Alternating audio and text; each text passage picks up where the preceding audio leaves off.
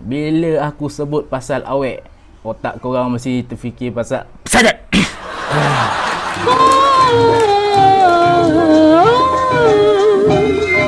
Segala sudah aman.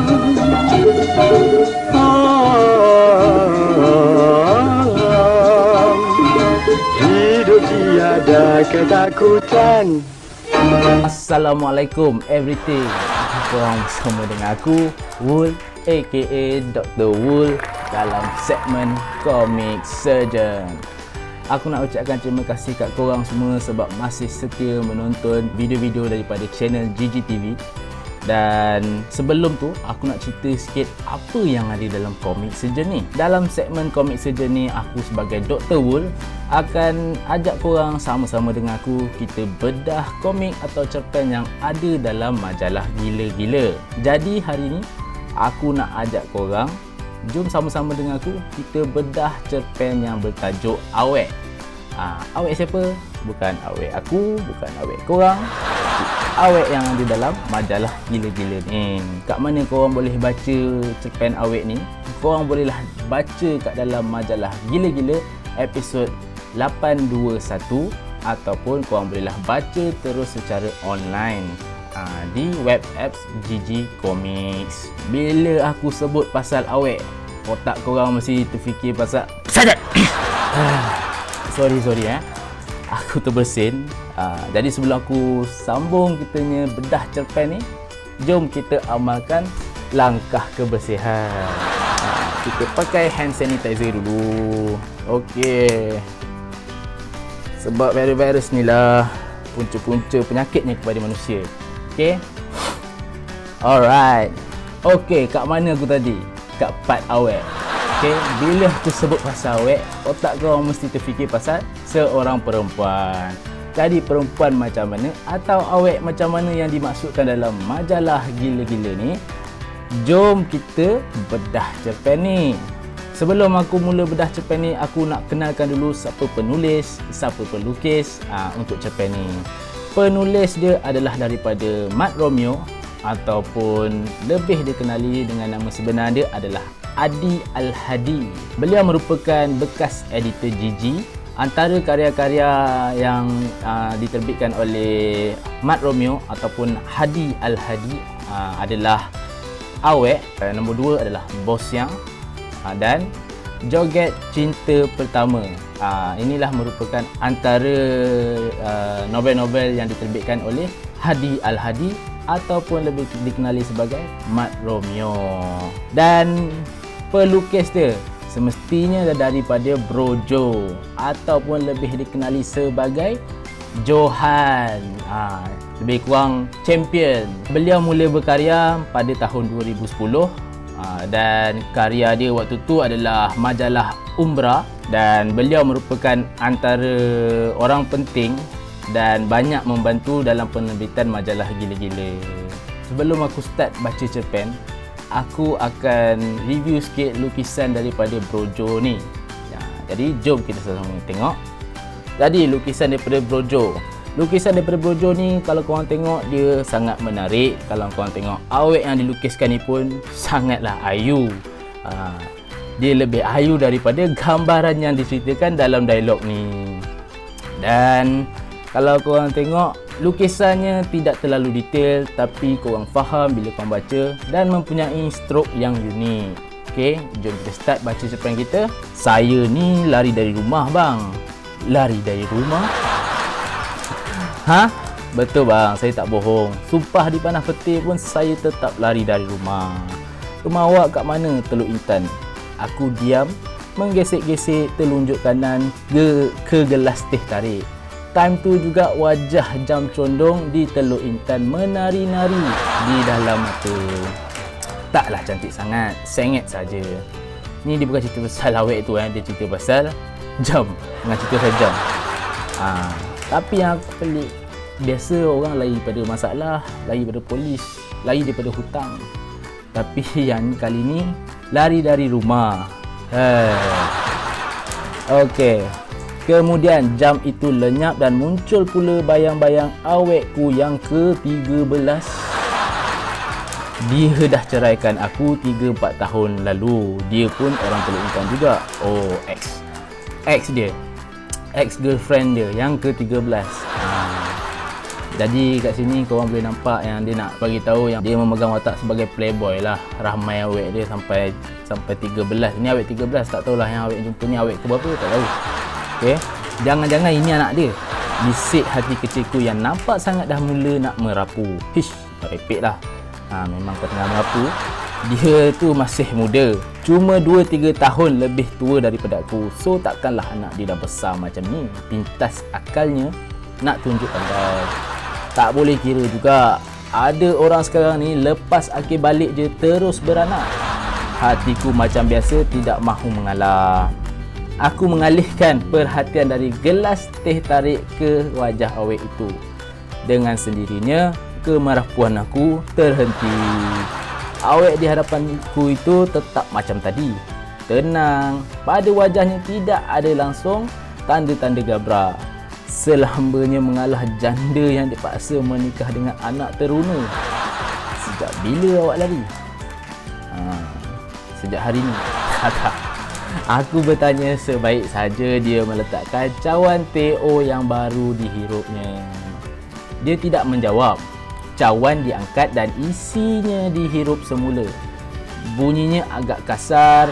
Mujurlah dia masih bujang. Kalau kucing. Okay. Dia tidak menjawab. Cawan diangkat dan isinya dihirup semula. Bunyinya agak kasar. Mujurlah dia masih bujang. Kalau dah kahwin, aku rasa bunyi itu cukup menyebabkan mak mertuanya berangan hendak mencari menantu lain. Yalah, jenis macam tak sopan lah. Bila kau hirup macam ni bunyi dia kan. Macam tu lah, seolah-olah dia. Dah 3 hari bang, dia menjawab sambil meletak cawan. Maksudnya dah 3 hari ada lari pada rumah. Habis tu awak tinggal kat mana? Hotel? Dah tak ada kalimah lain, maka kalimah itu juga yang keluar dari mulutku. Jadi selama 3 hari tu awak tinggal kat hotel? Tanya lelaki ni mencari kepastian. Awak ni tinggal kat mana? Dia tersengih. Tak adalah bang, saya acah-acah je. Katanya kemudian, muka macam saya ni mana nak korek duit bayar sewa hotel bang. Masa belah dari kampung hari tu, saya bawa RM17 saja. Itu pun saya curi duit telur ayam mak. Kan VPN ada, kerajaan dah bagi bantuan kan. Kau duduklah hotel, nak lari pada rumah lah, apalah macam-macam hal lah budak ni. Okey, aku diam lagi. Mukanya ku perhatikan semula. Jauh di lubuk hati aku berkata sendiri, nampak gayanya mangkuk yang seorang ni bukan calang-calang budak. Dia bukan sahaja daring dan keras hati, tetapi cap yang pandai buat lawak. Habis tu apa rancangan awak sekarang? Entah. Takkan awak tak ada rancangan langsung?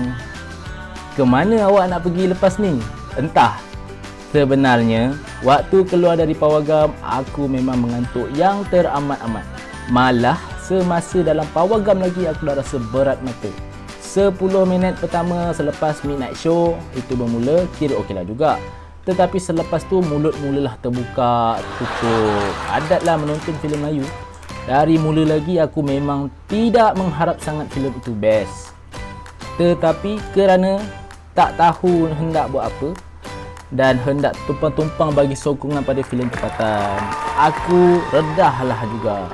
Dan mujur sangatlah, tidak seorang pun daripada kedua-dua awekku dapat turut menonton bersama. Kalau tak, garantilah aku kena gelak. Benda ni jarang berlaku. Biasa orang kalau pergi tengok wayang, playboy macam mana pun dia sekali, dia akan tengok wayang dengan awek tu asing-asing cerita. Maksudnya, movie ni tengok dengan awek ni, movie ni tengok awek ni, walaupun dia ada 2 awek. Ini satu wayang tengok dengan 2 awek. Pelik. Alright. Okay, jom kita sambung lagi. Dalam keadaan mengantuk tu, aku keluarkan kereta dari petak parking. Dan dalam keadaan mengantuk tu jugalah, aku menggagahkan diri untuk pulang. Tetapi ternyata aku tidak gagah. Mataku terlalu berat. Aku yakin dalam keadaan begitu, kalau aku paksakan diri untuk memandu juga, bukanlah mustahil esok mak abahku melolong melihat anak kesayangannya ini masuk TV atau surat khabar. Berkemungkinan maksud dia accident lah, tu yang mak ayah dia menolong. Aku enjukkan kereta ke Jalan Ipoh, ke gerai-gerai berdekatan bangunan Baitumal. Walaupun dah dekat pukul 2 pagi, tempat itu masih sibuk. Budak-budak motor berlonggok dan bertenggek dengan macam-macam gaya. 7-8 orang awet juga menempel masa memperlahankan kereta untuk mencari tempat parking. Sempat juga kujeling awet-awet itu. Boleh tahan. Ada yang cun, tapi punggung, yang itu jangan cakap lah. Sebahagiannya dah macam dinding dah sama rata. Di gerai-gerai yang berderetan itu masih ramai orang, macam-macam jenis. Termasuk jenis yang tidak berjenis. Entah apalah sangat urusan mereka hingga masih tidak balik ke rumah setelah larut malam begitu. Aku pun tak tahu. Yang aku tahu orang macam mereka kalau tinggal kat kampung aku mungkin dah lama mati. Yalah, di kampung aku mana nak cari teh tarik, nasi lemak, roti canai. Tengah-tengah malam buta begitu. Kalau hendak jilat embun kat atas rumput tu boleh lah. Jangan jilat embun tu. Okey. Aku cuba mencari gerai yang kosong dan terpencil sedikit. Tidak ada, maka tercangak-cangak sebentar insan nan malang ni. Dalam hati time tu muncul berbaku-baku sumpah serana. Kalau diturutkan nafsu, mahu saja ku sepak semua meja di situ satu demi satu. Setidak-tidaknya hilang juga rasa ngantuk. Baran juga laki ni Dalam Playboy, baran pula tu. Aku menjengah-jengah mencari meja kosong. Mata yang mengantuk mendesak supaya aku duduk. Kongsi ajalah meja sesiapa pun. Mataku bagaikan berbisik. Dan itulah aku. Memang aku nampak ada banyak lagi tempat duduk kosong kerana meja yang sepatutnya diduduki oleh 4 orang cuma diduduki oleh 1, 2 atau 3 orang. Tetapi kalau aku duduk di situ bererti aku terpaksa berkongsi meja dengan orang lain. Sesungguhnya itulah yang aku tidak mahu. Aku bukanlah belagak. Jauh sekali daripada hendak memandang rendah pada orang lain. Tetapi pengalaman mengingatkan aku supaya berhati-hati. Dulu aku pernah menumpang duduk di sebuah meja yang diduduki oleh manusia lain. Tengok pada gayanya dia memang okey, tapi bab lawak pun adalah juga. Mana tidaknya kalau tengah-tengah hari buta pakai baju batik macam toki hadiah. Itu je orang pakai. Kan? Boleh tumpang duduk? Tanya aku berbudi bahasa. Silakan. Jawabnya tersenyum. Kalau dia perempuan, aku percaya senyuman itu manis. Tapi kerana dia lelaki, macam mana dilirikkan bibir pun buruk tetap ketaruh. Yelah, senyum kau je yang manis. Lelaki ni. Aku baca cerpen ni, aku pula jadi marah. Aku duduk minta minuman, dia pula kembali menghadap pinggan mi. Makan. Pelawanya, aku tersenyum menggeleng. Sementara aku menanti minuman, dia mula buka cerita. Mulanya, alright, aku layanlah juga. Alah, setakat mengangguk dan mengiyakan bukan susah. Biawak pasir pun tahu. Lagipun dia bercakap mengenai perkara berkaitan dengan hal ehwal semasa tentang KL yang semakin sesak, budak-budak muda yang makin kurang ajar, dan orang perempuan yang main keladi dan macam-macam. Aku sedikit pun tidak menyangka layanan yang kuberi itu akan disalahgunakan. Apa tidaknya makin lama semakin rancak bercerita. Siap dengan mengawang-awang tangan. Macam aku Dah tu suaranya, makin lama makin kuat hinggakan orang meja sebelah menyebelah kerap tertoleh-toleh ke arah kami. Terus terang cakap lah, time tu aku rasa macam orang mengandung yang dipaksa selak perut di tengah halayak. Acah-acah macam dia pernah mengandung. Malu sangat-sangat. Kalau boleh, aku rasa hendak memberitahu semua orang yang aku di situ bahawa makhluk berbaju batik itu tidak ada kena-mengena langsung dengan aku. Dia bukan kawan aku, bukan kaum kerabat aku dan bukan tok nenek aku. Malah kalaupun kebetulan kami ada pertalian darah, dinaikkan gaji 7-8 kali pun belum tentu aku mengaku bersaudara dengannya. Kerana dia, aku minum teh macam orang minum susu getah. Lepas 2-3 kali, aku bangun meminta diri. Aku beritahu yang aku ada urusan. Urusan apa tengah hari rembang ni? Dia bertanya. Tengok dengan gaya dia menyebuk tu, orang mungkin sangka dia sudah berkahwin dengan mak aku. Urusan nak terajang orang pakai baju batik, jawab aku dalam hati. Tadi kata baran tapi jawab dalam hati je. Cakap je depan depan kan.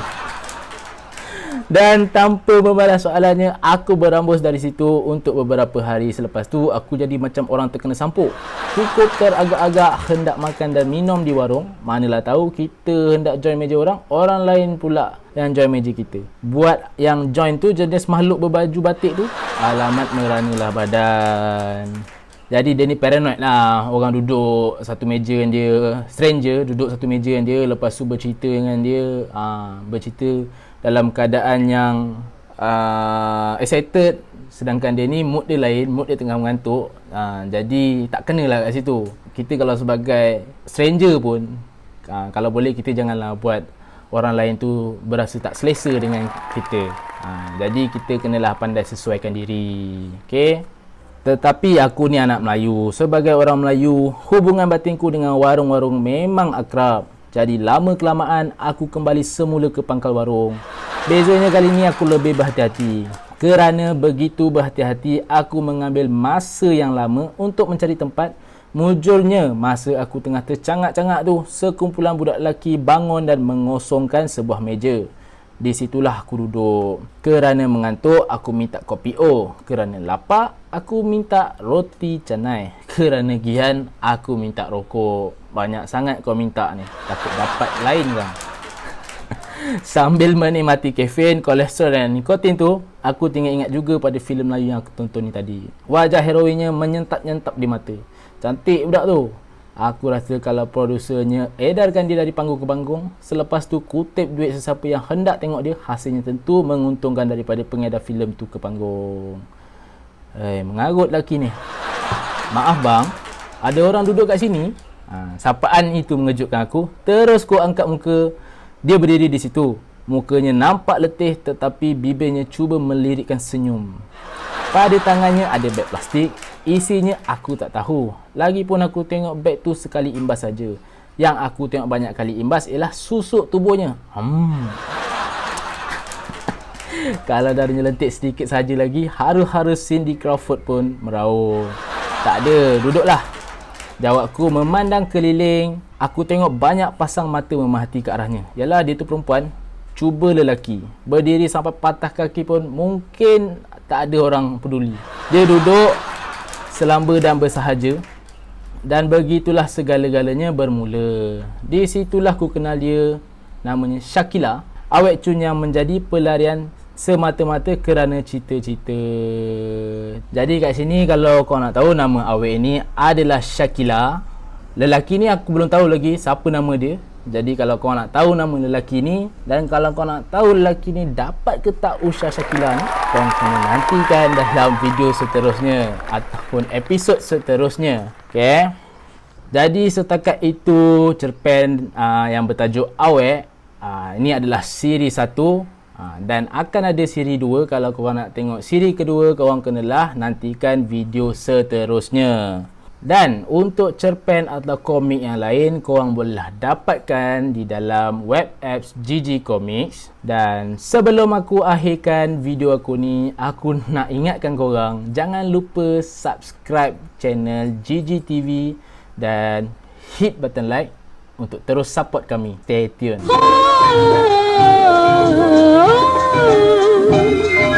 Segala sudah aman.